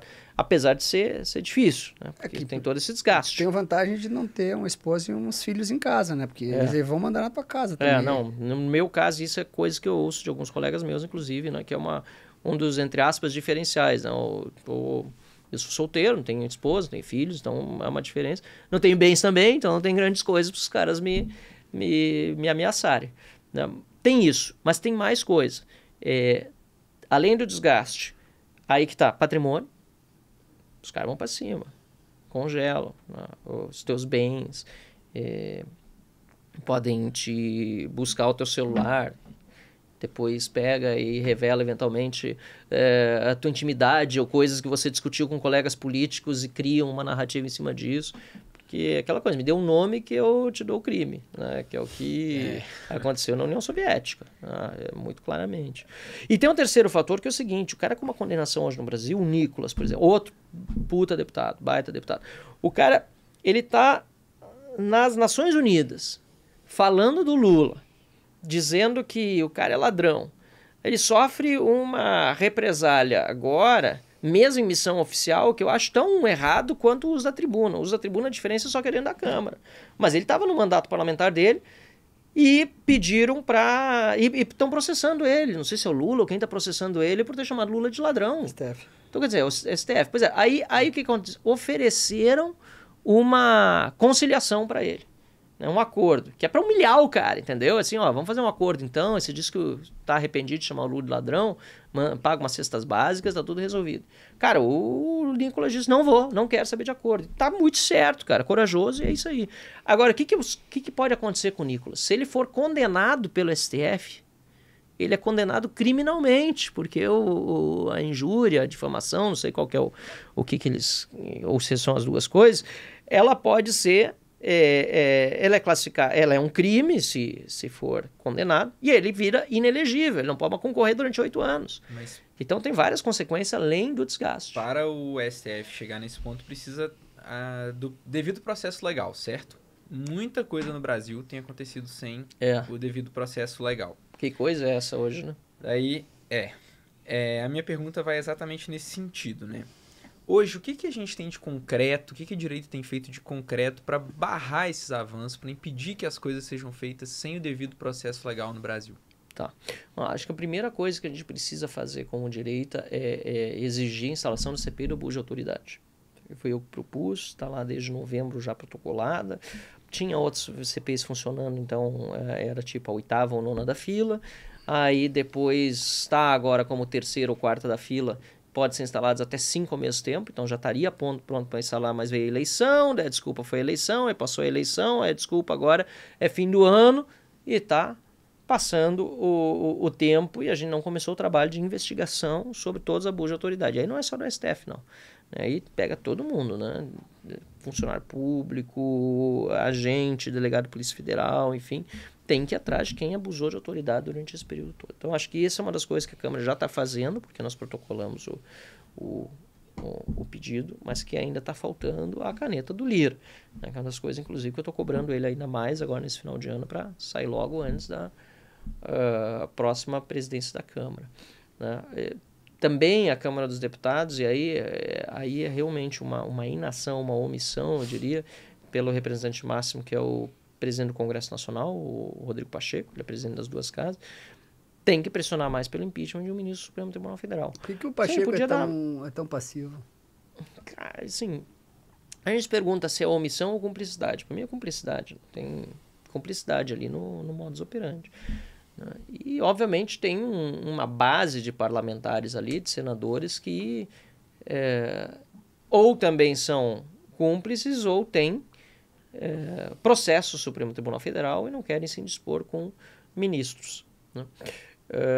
No entanto, assim, chegando agora o final do Pacheco, do mandato do Pacheco, e a começar o próximo, que me parece será do Davi Alcolumbre, tem que haver mais pressão em cima dos senadores individualmente. Porque, primeiro, o Davi Alcolumbre é muito mais político do que o Pacheco, eu acho, não sei até que ponto, mas acho que ele tem menos cumplicidade com tudo o que está acontecendo nesse momento com o STF. Acho. Me deixa ser um pouco. Apesar de ter todas as ressalvas com ele, já ter, inclusive, discutido com ele algumas vezes no plenário do Congresso por coisas que ele fez fora do regimento. Mas acho. Mas o segundo ponto que eu acho que é muito relevante, mais do que esse, porque mesmo que ele tenha cumplicidade total, como tem o Rodrigo Pacheco, ele é mais suscetível à pressão dos senadores, que são suscetíveis à pressão dos eleitores às vésperas do próximo período eleitoral. Precisamos lembrar que são 54 vagas do Senado que vão se abrir em 2026. E os senadores que hoje estão nas cadeiras, esses 54 que foram eleitos em 2018, a maioria vai querer concorrer à reeleição. Para poder concorrer à reeleição, vai ter que ter apoio dos eleitores para vencer. E os eleitores estão muito ligados nessa questão do impeachment do Supremo Tribunal Federal, uma coisa que talvez seja inédito na história do Brasil. Tem 35, né? Votos. Pois tem 35 hoje declarados, que já é uma vitória, porque apesar de não ser os 41 que precisa, é mais do que os 31 que a oposição tem. Que a oposição consistentemente... Aí o Kassab está segurando, né? Pois é. O PSD tem segurado e realmente, mais no PSD, mas tem parlamentares do PP também, que estão ali, que na minha opinião deveriam se mexer logo, já deviam ter se manifestado. Ciro Nogueira, por exemplo, chefe da Casa Civil do Bolsonaro, né, do PP. Ele, mais não sei quem, mas eu sei que tem mais um ou dois do PP, ainda não se manifestaram a favor do impeachment. Né? E são senadores que deveriam estar... Mas com 40 abre automático? 40 não abre automático. Depende sempre do presidente do Senado. Tá, mas ele não vai abrir nunca. Não, mas aí, se tiver pressão, abre. No Brasil, a gente achava que não ia ter a abertura do processo de impeachment da Dilma. Cunha abriu. Teve pressão. E depois... E mesmo quando ele abriu, não tinha maioria. Nós fizemos um placar, nós fomos para a rua e a maioria só se deu ao longo do processo. Essa é a história do Brasil. Então, não é algo realmente automático, mas é algo que sim depende de ter uma maioria de 41 que pode ser construída com a pressão popular. Eu acredito, na verdade, eu acredito tanto na pressão popular que ela... Com mais de 41 assinaturas, não tem como o cara não abrir. Não tem como não abrir. Imagina, o cara tem 42 assinaturas lá, vai dizer o quê para fora? É todo dia pressão. Por que aconteceu o 8 de janeiro? Por que aconteceu essa enfim, baderna manifestação que era para ser, acho eu, pelo que a gente percebe, da maioria das pessoas estava lá pacífica. Acho que teve infiltrado, acho que teve gente que vandalizou, que é de direita e que tem que pagar na medida daquilo que vandalizou, que entrou num estado de euforia ali, achando que ia resolver alguma coisa, e acho que o governo foi, acho não, certeza que o governo federal foi absolutamente omisso e contribuiu para que acontecesse o 8 de janeiro. Por quê? Porque foi a melhor coisa para o Lula as pessoas não voltarem às ruas por medo de serem presas como os do 8 de janeiro. Claro. O que deu governabilidade para o Lula... Foi o 8 de janeiro. Pensa o seguinte, não acontece o 8 de janeiro no Brasil. Cara, o povo estava na rua até hoje. Ou o Lula não estava mais no Planalto. Ou uma coisa ou outra. Caminhoneiro, a turma toda, o agro, cara, só saíram das ruas por causa do 8 de janeiro. Então o 8 de janeiro é tão importante pro PT e pro Lula e pro STF também, assim por diante. Infelizmente, às custas de tanta gente inocente, tanta gente que está sofrendo, está perdendo uma fase importante das suas vidas, mais de 1.000, 2.000, 3.000 pessoas, não sei quantas são agora, que estão sofrendo perseguição política no Brasil. É tão importante para o PT porque é o que garante a governabilidade. Se não fosse isso, o povo que estava saindo das ruas desde 2013 já tinha derrubado o Lula. E esse episódio recente na Praça dos Três Poderes? No impeachment. Que isso fique claro. Não precisa... Golpe quem deu foi o STF, quando lá atrás permitiu uma série de de ações inconstitucionais acontecerem, inclusive censura para ajudar o Lula a chegar ao poder. Primeiro solta o cara, depois anulam os processos completamente ilegal, depois censuram na época da eleição, fazem perseguição política. Isso para mim foi golpe. Golpe que quem deu foi o STF. Aí, depois, quando o Lula chega ao poder, se ele permanece no poder sem o 8 de janeiro, a população ia estar nas ruas todos os dias e ia ter conseguido pressionar o Congresso a essas alturas a fazer o impeachment.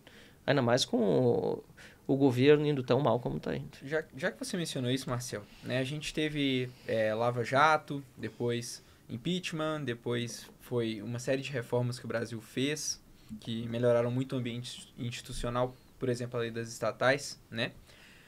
Mas isso não existe mais. É verdade, né? Isso não existe mais. Onde que o Brasil se perdeu? Em que ponto que esse avanço institucional que a gente vinha tendo, ele caiu e voltou a gente ter um Estado democrático de direito um pouco ameaçado? Cara, a pergunta é excelente. Essa pergunta é excelente, eu respondi. Eu queria me lembrar como eu respondi aquela noite lá no teu evento, Ferri.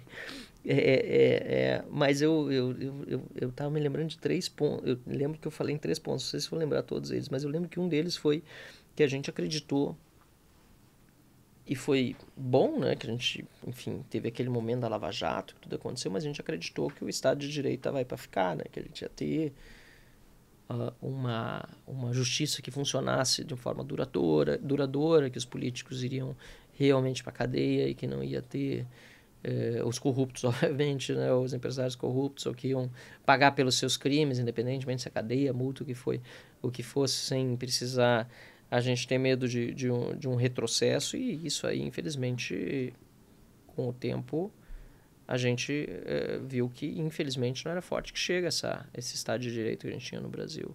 Não. O segundo aspecto que eu acho importante, talvez não vai ser o mesmo que eu falei aquela noite, mas que eu acho importante que a gente precisa refletir sobre ele, é sobre o poder da rede social e da imprensa tradicional. A imprensa, ela se repaginou, adquiriu um novo poder, e uma pena que foi para o mal, né? Porque a imprensa teve o privilégio de uma segunda chance. Quando surgem as redes sociais, e graças às redes sociais que aconteceram os momentos de 2013, depois impeachment da Dilma, quando surgem as redes sociais lá atrás, elas surgem para dar voz para o cidadão, né? Não com esse intuito, mas acabam dando como consequência voz ao cidadão, e acabam também desnudando a parte da imprensa que é corrupta, que não que abusou do seu poder, né? Porque a imprensa era, até o início das redes sociais, quem controlava a informação. Mas isso que vocês estão fazendo aqui não existia. Não tinha perfil na rede social, YouTube, etc., para divulgar as coisas. Tinha no máximo e-mail, isso quando o e-mail surgiu, e tinha as newsletters, né? Então, não tinha. Tinha no máximo um palanque para um político fazer um discurso, você reunia na rua as pessoas e acabou. Se você fizer um panfleto para divulgar o que aconteceu, sai, porque se depender da imprensa, só se o jornalista realmente quiser. Então, o que aconteceu foi que muito jornalista que era tido na época, né, como super respeitado, começou-se a perceber que não era tão correto assim na sua abordagem. E em vez da imprensa se repaginar no sentido bom, eu não quero generalizar demais porque tem exceções, mas em vez dessa imprensa ou esses jornalistas se repaginarem no sentido de vamos recuperar a credibilidade e vamos voltar a vender jornalismo sério, busca da verdade, ela começou a se aliar ao lado do poder que estava disposto a comprá-la. Tanto é que está aí, o Bolsonaro, durante o período, reduziu um monte as verbas para a imprensa. Eu até acho que estatal nenhuma, até tem um projeto de lei na Câmara proibindo estatal de dar dinheiro para jornal. E eu acho que todo anúncio público, isso é uma batalha minha desde a época que eu era deputado estadual, todo anúncio público tinha que vir com o valor pago. Não pode. A empresa estatal não pode fazer propaganda. Não pode. Porque é o jeito que usam para justamente comprar apoio da imprensa.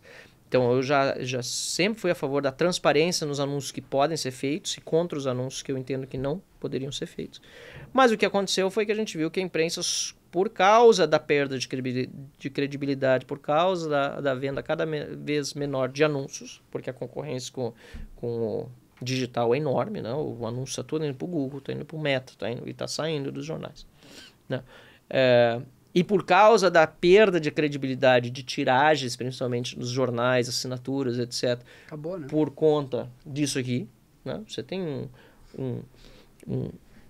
vocês dois, né? O Café com Ferri tem pessoas assistindo que vão dedicar agora 1h30, 2 horas da vida delas para assistir uma conversa aqui que, enfim, tempo é a coisa mais valiosa, que ela podia estar investindo numa CNN, numa Globo News, uma coisa assim, não quer, entendeu? Por quê? Porque a tua audiência não confia na CNN, ou talvez até confie, mas no momento que está assistindo, prefere te assistir do que assistir um outro meio de comunicação. Então, essa concorrência das duas coisas, tanto da perda de anúncios como da perda de credibilidade, acabou levando a que eles definhassem em questão de alcance. Mas, em contrapartida, o que eles fizeram para sobreviver? Dinheiro. Porque eles precisam pagar a estrutura, precisam pagar os prédios, precisam pagar o aluguel, precisam pagar o jornalista caro. Como é que vai fazer para pagar se não tem nem dinheiro de anúncio, nem de audiência? Governo. Então, eu acho que esse período da rede social, que a gente ficou assim, você falou erros, né? A gente botou muita esperança na rede social e realmente era para botar, mas a gente precisa também reavivar, eu acho que isso, até como jornalista eu falo dessa nossa responsabilidade, o jornalismo tradicional que seja realmente de credibilidade. E aí tem alguns órgãos, né? A Revista Oeste que eu acompanho muito, a Gazeta do Povo, onde eu publico inclusive, a Jovem Pan viveu um momento, aí, uma situação complicada depois, e assim por diante. E vocês? Aí podcasts, outros instrumentos, né, de participação das pessoas para falar sobre notícias estão substituindo e estão permitindo essa comunicação chegar de novo. E por isso que a gente precisa trabalhar nessa credibilidade, porque informação bom, teu negócio você sabe, se não tiver boa informação, você não tem bons resultados. E o pessoal tá ferrado, porque nós estamos crescendo, daqui a 1 ano e meio a gente é o maior do Brasil. Ó. Aqui, a audiência pesada, nós estamos indo. Devagarinho, mas estamos indo. Parabéns, Edu, aí para vai ver, guarde. Nós não ligamos a máquina ainda do tráfego. O que tu acha que é mais... O que tu acha que atrai mais? E terceiro ponto. Agora lembrei do outro ponto. Subestimar o PT. Principalmente quem votou errado em 2022. Acho que esse foi outro erro muito grave, né, de uma parcela significativa da população, que não se deu conta do que significa o PT. O PT não é qualquer partido. Além de ser uma organização criminosa, uma organização ideológica muito bem enraizada nos princípios do marxismo. Basta ver essa visita recente do Xi Jinping aqui para o Brasil e como o Lula está próximo, como o Lula está do lado do Hamas, como o Lula está do lado do Irã, como o Lula está do lado do Maduro. Tudo coisa que a gente não podia dizer na eleição, era censurada. A Gazeta do Povo foi censurada por dizer essas coisas no Brasil, né? E as pessoas subestimaram o PT. Subestimaram a capacidade desse pessoal, voltando ao poder, fazer ainda pior do que já tinha feito no passado. Então esse foi um erro que não se pode cometer de novo. E que nas eleições municipais, felizmente, a gente percebeu, muita gente já não cometeu. O que tu acha que os caras preferem mais, o poder ou o dinheiro? Quem são os caras? Quem tá na política. Cara, eu acho que é uma soma dos dois para muita gente que tá na política, infelizmente, sabe? Mas eu acho que é mais poder mesmo, que muitos querem. Mas também tem muita gente ali pelo negócio. Então, assim... Thomas Sowell, que tem uma frase fantástica, ele diz assim que a primeira prioridade de qualquer político, ou da maior parte dos políticos, é se eleger, e a segunda é se reeleger. Então, para quê? Normalmente para ter poder. E para ter poder, se for corrupto ainda, para obter, por meio de seu poder, privilégios e dinheiro. O Rio Grande do Sul foi abalado por uma enchente que deixou o estado dizimado. E o governo federal fez várias promessas, acho que cumpriu quase nada.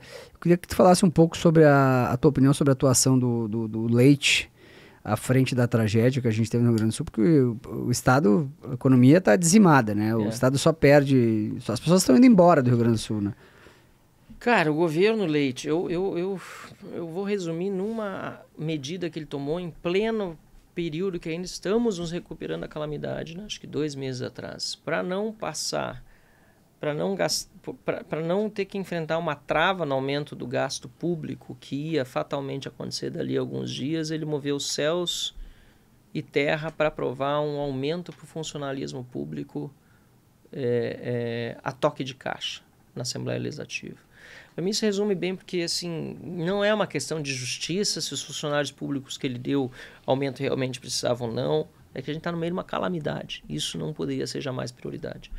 Então, tem coisas que ele fez certo, não tenho dúvida. Inclusive participou de vários eventos que a gente fez lá na Câmara dos Deputados da Comissão Externa, mas eu vi que ele muitas vezes foi mais a reboque, né, pela pressão do momento de precisar estar lá, do que mesmo como liderança. No momento inicial, sim, estava ali, não tinha como ser diferente. O cara que é governador do estado tem que segurar as rédeas e tocar o leme.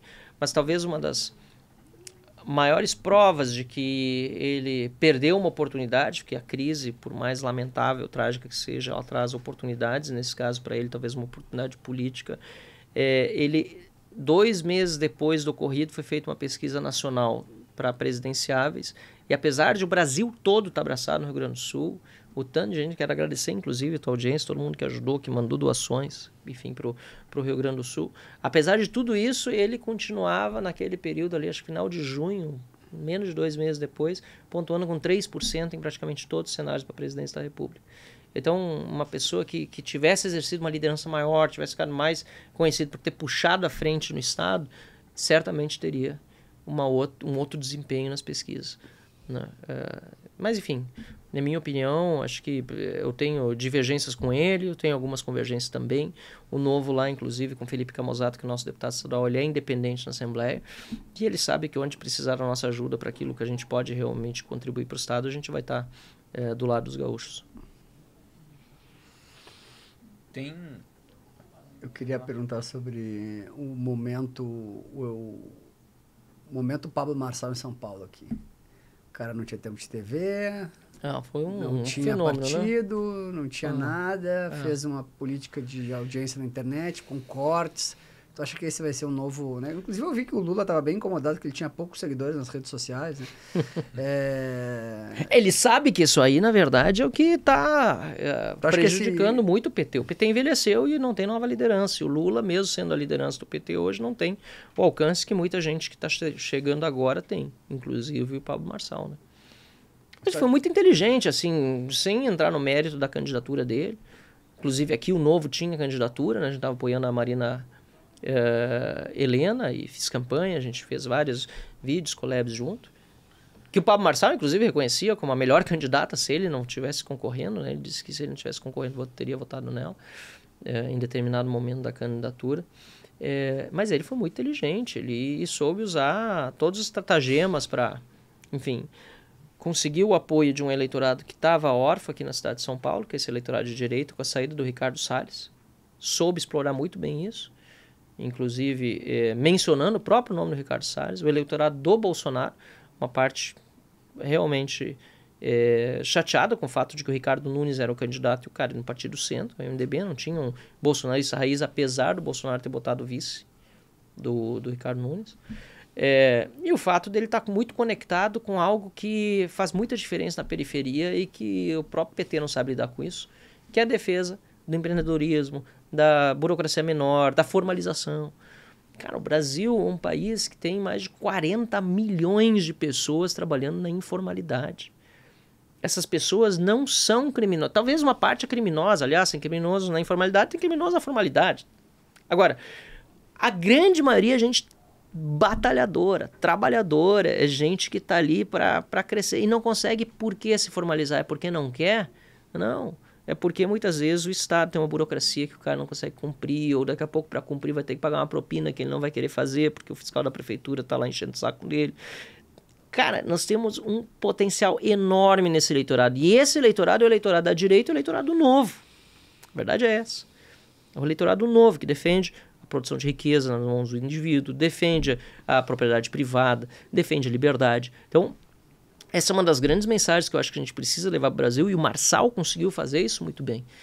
Independentemente da trajetória de quem ele foi antes ou de quem ele está se revelando agora, não sei, o Novo tem essa condição de abraçar esse eleitorado que é enorme e que está esperando realmente um discurso. O Bolsonaro, inclusive, também conseguiu atingir grande parte desse eleitor, né, durante o mandato dele. Então, eu acho que tem esse fenômeno aí que o Marcel soube explorar muito bem, sob o ponto de vista tanto da comunicação que ele fez, da forma como ele fez, que você mencionou bem, os cortes, etc., os debates, que pegou um eleitorado carente de ideologia que não estava aparecendo nos programas, e conseguiu pegar aquele eleitorado, principalmente de periferia, que está carente de políticas públicas que o inclua economicamente. Quem é a pessoa mais inteligente que tu já conheceu pessoalmente? Não pode ser da família. Só que tu lembra assim, cara, esse cara é brilhante. Meu Deus do céu, que loucura. Cara, eu tive a oportunidade de estudar em alguns lugares fora, né? Eu tive vários professores bons. Agora, aqui mesmo, uma pessoa que sempre me chamou a atenção, qualquer conversa que eu tenho, é o Paulo Guedes. Eu tenho uma admiração muito grande pelo cara, porque ele vai e volta na história. Não sei se ele é a pessoa mais inteligente que eu já conheci, mas ele tem minha admiração pela forma como ele... E tem diferentes tipos de inteligência também, né, cara? Então, a gente não sabe exatamente qual a gente está avaliando. Tem muitas pessoas que eu admiro muito. No Rio Grande do Sul tem uma pessoa que me ajudou desde o primeiro momento na minha trajetória política, eu admiro muito também, que é o William Ling, lá que tu conhece também, um cara fantástico. Né? Inteligentíssimo. Salim Matar, outro cara que é também do setor privado e, cara, é inteligente demais. Então, difícil ficar em um só, mas eu tive a oportunidade de conhecer muitas mentes brilhantes e no Brasil... Eu acho que esse até é bom que eu não estou citando alguém de fora, porque poderia citar professores na Holanda, na Dinamarca, nos Estados Unidos, onde eu tive, mas até é bom não citar, porque nós temos muito capital intelectual no Brasil, cara. Muito. E a gente precisa explorar isso muitas vezes melhor e às vezes o que falta é o governo deixar. E quem é a pessoa que tu mais sente saudade? Poxa, aí pode ser da família? Pode. Tá bom. Eu acho que de todos os meus avós, cara. Todos os meus avós. Todos os 4, que eu não tenho mais nenhum. E eu acho que é uma saudade, assim, que aqui, quem ainda tem o avô, aproveite, cara. Porque é um conhecimento mais do que acumulado intelectual. Aqueles que, enfim, o meu avô...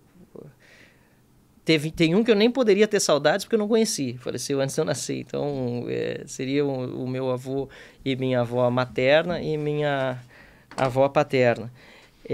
Porque eles dão ensinamentos de vida que a gente não esquece nunca mais e tem um aconchego, né, nas palavras dele que a gente não encontra em lugar nenhum. Né? E isso realmente me dá uma saudade enorme. Marcel, qual é o seu livro favorito? Tenho alguns para indicar.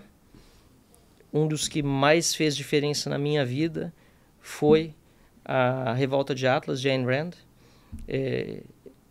1984, de George Orwell. Admirável Mundo Novo, de Aldous Huxley. Como cristão, não posso deixar de fora a Bíblia, que eu acho que é simplesmente básico para a vida de qualquer pessoa.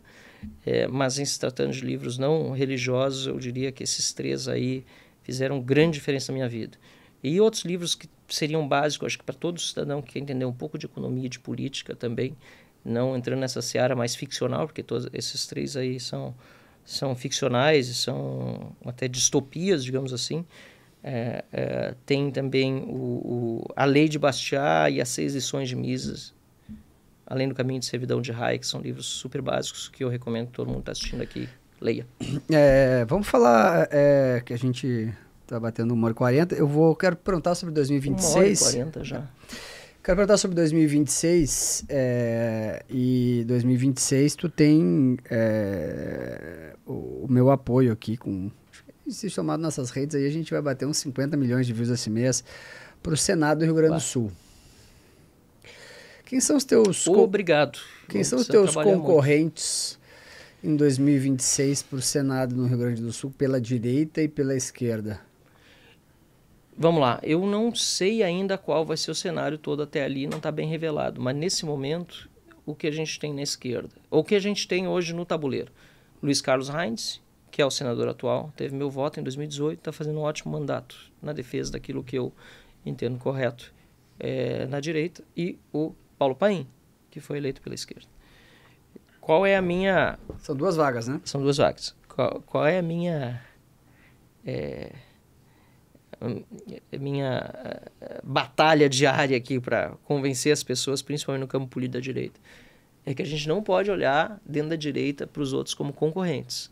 Eu sei que, do seu ponto de vista, a estratégia política é muito difícil, todo mundo quer chegar lá, todo mundo quer fazer cálculo político, mas se a gente não fizer 2 de direita no Rio Grande do Sul e não aumentar o número de senadores de direita nos estados em que nós não temos nenhum, ou que temos só um, nós não vamos ter a maioria no Senado, que a gente precisa fazer um impeachment do ministro Supremo. Bom, é óbvio, é matemático. Se a gente tem hoje 31 de oposição e a gente só reeleger o número de senadores na direita que a gente não vai chegar ao objetivo de fazer o impeachment do ministro Supremo. Assim, na esquerda, o que tem hoje? Paulo Paim, estão falando no Pimenta. Não sei se ele vai ser candidato mesmo ao governo, mas disseram que o Lula teria anunciado, acho que eu vi na 0 Hora isso, que seria o Pimenta para senador e o Edgar para governador, que já concorreu na última vez. E o Leite? As últimas notícias que eu vi, que ele não concorreria a nada na próxima eleição. E o Zuco? Zuco quer ser candidato a governador, tem demonstrado esse interesse, pode vir a ser candidato Não. Pode vir a ser candidato ao Senado. Não dá, já falei para não dar isso aí. Governador. Governador. Ele quer ser candidato a governador, pode ser candidato a senador, pode ser o Sanderson, que é outra pessoa que está dentro do PL buscando, e tem o Cherini também. Esses 3 que eu tenho ouvido o nome. Pode ser que o Heinz vá à reeleição, não sei. Ele tem o direito, ele está ocupando a cadeira. E outros nomes que eu ouvi, um que eu soube que já não vai mais, que seria o Lucas Redek, e o Alceu Moreira, do MDB. O Paim São os vai à nomes que eu tenho falado. O Paim, não sei, ele me parece um pouco magoado, porque até o momento não foi anunciado pelo PT como candidato à reeleição. O Paim? É. Bom, temos Mas ele ocupa a cadeira, eu imagino. Se bem que essa coisa de candidato natural no PT não existe, né? Aquela vez o Olívio Dutra era governador e tiraram para botar o Tarso Genro para concorrer no lugar dele no Rio Grande do Sul. É um cenário bem complexo aí. Mas sim, eu vou trabalhar não só para ser o candidato do Novo e concorrer ao Senado no Rio Grande do Sul, como para que os demais candidatos da direita caminhem em conjunto. Se tiver um forte, vamos 2. Se tiver 2 ou 3 outros que sejam viáveis, não tem problema. Vamos fazer campanha se precisar de 3, de 4 juntos para ter as 2 vagas na direita. Porque o meu objetivo maior, não adianta eu ser senador e viver dando murro em ponto de faca no Senado pelos próximos 4 ou talvez 8 anos. Isso não me interessa. Pelos próximos, digo, depois da eleição. O que eu quero é ter condição de mudar o Brasil. E para ter condição de mudar o Brasil, nós temos que ter maioria do Senado. Isso vale para o Rio Grande do Sul e vale para quem está nos assistindo de qualquer estado do país. A maior prioridade do Brasil, maior até do que a presidência da República. Não que não seja importante e fundamental ter um candidato de direita de volta, tem que ter. Mas a maior de todas é o Senado, porque sem o Senado para botar o freio no Supremo, nós não vamos sair dessa situação que a gente está hoje no Brasil. Marcel Van Hatten, futuro senador da República pelo Rio Grande do Sul, com meu apoio, já público aqui. Vamos para a sessão presentes aí, Arthurzito. Presentes. Antes dos presentes, se inscrevam no canal, hein, pessoal? Se inscrevam no canal. Tô sentindo que já é quase Natal aí, já que presente. Emily, 2 cobranças pro Marcel, para ele divulgar o Instagram do negócio e para levar para trazer o governador Zema aqui. Vamos resolver isso aí. E já vamos falar com o Zema de 26. E vai ser uma briga sangrenta. Só não quero que o Eduardo Leite seja candidato, senão a gente corre o risco de fazer bastante voto lá. Vamos lá. Sérgio K, primeiro presente. Uma camisa da Sérgio K. Abre aí pra ver se tá bonita aí. Opa! A caneca, a Caneca data. do Café com Ferri. Sérgio K, vamos ver aqui. Pô, coisa boa, cara. Essa camisa é boa. Adapta. Adapta.org. 1 ano de inteligência artificial, de assinatura de inteligência artificial. Calma, rapaz. Calma, Quanto presente calma aí, cara. É porque eu fiz aniversário esses dias. Ah, pô, bonita mesmo. Marcel fez 28 anos, acreditem. Isso aí, meu, pô, acertou na casca. 28. Obrigado, ó, Sérgio K. Ótimo. 28 anos, ele tá com aparência de 40, mas ele tá novo ainda. 28 anos não pode ser senador, hein? Tem a Minerva agora. A caneca. Que tem. Não é Pô, que brinde, bom já que eu são ganhei. presentes, pô. Melhor churrasco do Brasil obrigado. aqui. Ah, pô, o kit tá fechado, pô. Gente, vou ter que despachar bagagem. Tem. Fudeu, eu vou levar essa cara. Kit. O kit de carnes, aí tem uma tábua. Peraí, isso aqui é o quê? Tu vai ter que despachar a tábua. A aduana, A Camiseta. camiseta E Tu assina a Adapta One? Como é que é? Tu assina a Adapta, não? Não? Ela é... Ferramenta de inteligência artificial. É muito legal. E também ele... Ah, ganhei um vale um ano, então. Um Então ano, agora eu assino. Agora tu assina. Fechou. E ensina tudo também sobre como usar as ferramentas. É muito legal. Cara, show, porque eu tô, E aqui tô me tem o interessando kit muito de no carne, tema. só que eu não sei como é que tu vai levar essas carnes agora, mas... Tem carne aqui dentro? Tem, pô. É churrasco, cara. Kit Minerva Estância 92, pô. Tá, fechou. Tá tudo aqui. Refrigeradinho. Vou dar um jeito. Pô, obrigado. Marcel Van Hatten, obrigado, meus queridos patrocinadores. Até o próximo podcast. Sigam o Marcel nas redes sociais. Sigam o canal. Curtam, compartilhem. Marcel Van Hatten, senador pelo Rio Grande do Sul em 2026. Se Deus quiser e o povo assim concordar. Assim desejar. Marcel, É. obrigado demais pela tua presença Obrigado. aqui. Até o próximo Café com Ferro. Beijo, gente. Obrigado. Até mais, valeu, abraço. Valeu! Obrigado.